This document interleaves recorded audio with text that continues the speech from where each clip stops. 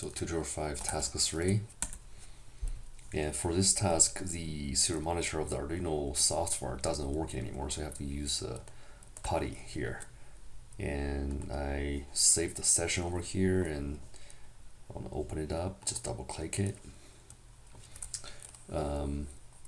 So you have to press M, lowercase m, first to enter a string.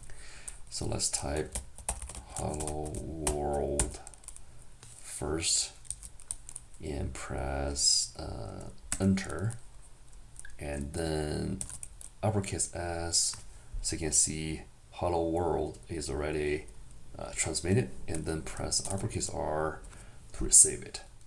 Okay, and you double check all these numbers. So check sum computed is 125, and you can see they are all the same numbers, and address over here are the same, and then you press M again, should allow you to enter another string. So this should be very reliable. For example, if I just randomly type something really quickly, and I do an enter, and I do an S, okay, and do an R, you want to compare these transmitted ones and received ones. It should be the same, right? If you see issues, you want to adjust your the number for that to be put in the register for the UART.